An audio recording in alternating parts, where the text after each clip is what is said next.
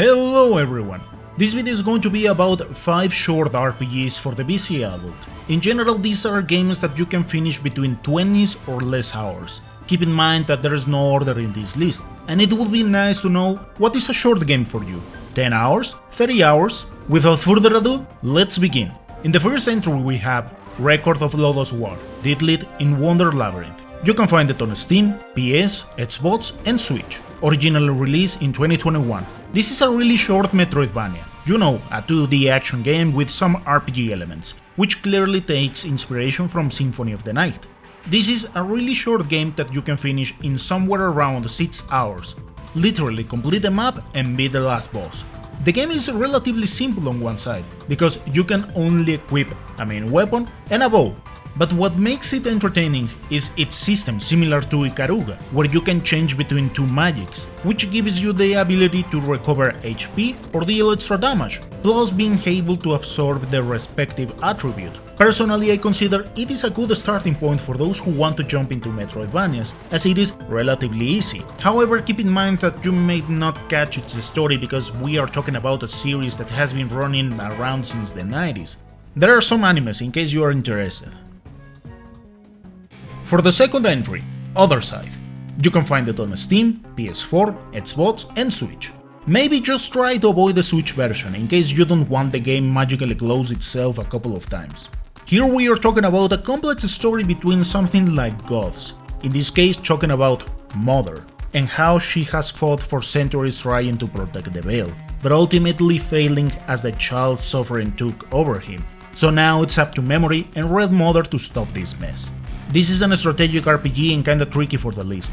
You can finish the game in something like 20 hours, but you have to pay attention in your team composition, as you can create different daughters between 3 classes.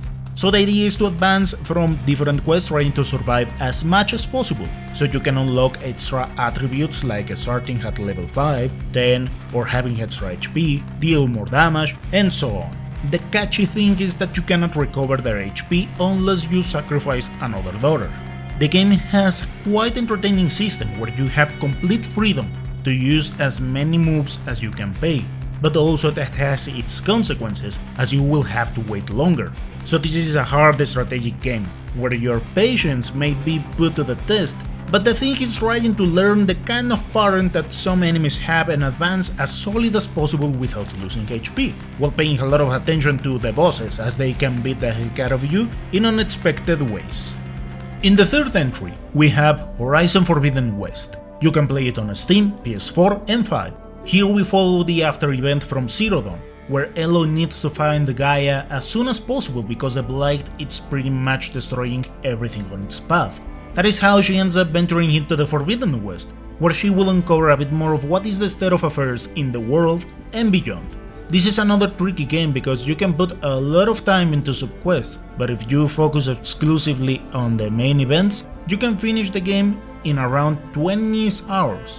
For its gameplay, you will explore lots of different vivid environments, with unique and interesting machines on every corner, where you need to gather materials and parts, so you can exchange them for better weapons and equipment to give you the chance to hunt the machines in easier ways. Personally, I like the newer approaches that they had with this game, improving weapons and increasing the number of options as well as machines. In the fourth entry we have Fire Emblem Shadow Dragon, found on the DS. Here we follow the after events from ancient times, where Henry bested the Shadow Dragon Midius. Many years later, a sorcerer named Garneth revived this ancient dragon, reestablishing his former territory, but also expanding his dominion further, reaching Altea, where Prince Marth is exiled along a small group of soldiers. With not many options, they escape to Talis, place where his crusade will begin years later. This is another strategic RPG that lasts for around 20 hours, however, it is going to depend. It may take a bit more or a bit less depending how many stages you trigger, and from other random activities the game offers. Here we have the classic Fire Emblem gameplay, where as you advance you can recruit several allies, that further down the line can be promoted to specialized units, but also the kind of loved and hated triangle mechanic with rock paper scissors between main weapons, In this entry there is no magic triangle, so this is only limited to swords, axes and lances. Aside from that, I will say really entertaining adventure. Perhaps a bit overshadowed by its animation/graphics, but to be honest, I never minded those details.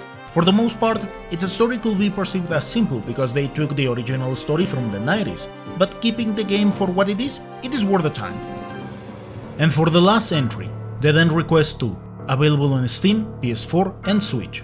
Here on a kind of convoluted idea we follow some after events from the first game. Not entirely needed to play the first one, as Dead End 2 will explain the important parts, and it may be a bit confusing if you get the true ending from the first entry and then jump into this one. Anyways, here we follow May, a young girl with a tragic existence, as she lives with his abusive father, who has lost it in the number of drinks. One day things escalate high enough, where May has no more options but to defend herself, reaching a tragic end.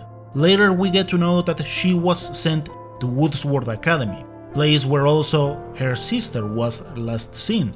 That is how May gets into messier situations as she uncovers the truth of the town where this academy is found. The story of this game swings at first between silly and really dark moments, where once you reach the mid of the game it is just a spiral of tragic situations. As for the game, it lasts for around 20 hours, where you have to look around different locations in this small town. The level design is rather simple but entertaining in its own way, where once you initiate a battle, you are placed in these small areas, where you can make the enemies bounce against each other or between allies. If there is something I liked a lot about this game, were the boss fights. While some have to be cheesed down a bit, the game always offers the options to balance things out. It can be with weapons, equipment, or in the battlefield, with some little helps on the field. And that's all. I hope you found this list informative. Thank you so much for watching, and I'll see you next time.